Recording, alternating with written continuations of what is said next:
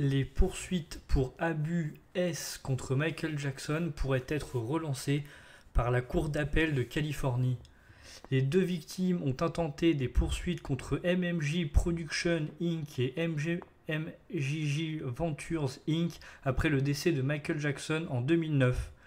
Deux procès précédemment rejetés contre Michael Jackson pourraient être réexaminés mercredi alors qu'une cour d'appel de Californie pourrait ordonner le renvoi des affaires devant une juridiction inférieure pour un procès. Les affaires impliquent deux hommes qui allèguent que la célèbre star de la pop les a sexuellement agressés pendant des années alors qu'ils étaient enfants. Les plaintes ont été déposées par Wade Robson et James Safechuck en 2013 et 2014 respectivement. Leurs témoignages ont été partagés dans le documentaire de HBO en 2019 intitulé Living Neverland. Les deux ont poursuivi MJJ Productions Inc. et MJJ Ventures Inc. dont Jackson était le seul propriétaire et unique actionnaire. Les procès ont été rejetés en 2021 lorsque le juge Mark A. Young de la Cour supérieure a statué que les deux sociétés et leurs employés n'avaient pas l'obligation légale de protéger Robson et Safechuck contre Jackson. Cependant, dans une décision provisoire, le mois dernier, la Cour d'appel du 2e district de Californie a statué que les affaires devraient être renvoyées pour un nouveau procès. Michael Jackson est décédé à Los Angeles en Californie en juin 2009 et il avait 50 ans.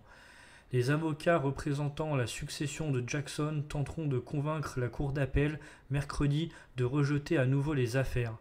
Les poursuites avaient déjà été relancées avant d'être abandonnées en 2021, après avoir été rejetées en 2017 lorsque le juge Young les avait rejetées en raison de leur dépassement de la prescription. Le législateur californien a adopté une loi élargissant temporairement le champ d'application des affaires d'abus sexuels, ce qui a entraîné leur rétablissement par la cour d'appel. Robson, désormais chorégraphe âgé de 40 ans, a rencontré Jackson à l'âge de 5 ans et allègue dans son procès que Jackson l'a sexuellement agressé pendant une période de 7 ans. Par la suite, Robson est apparu dans les vidéos musicales de Jackson et a affirmé qu'il était employé par Jackson, soutenant ensuite que les deux sociétés avaient le devoir de le protéger de la même manière que les Boy Scouts ont une école aurait besoin de protéger les enfants de leurs dirigeants.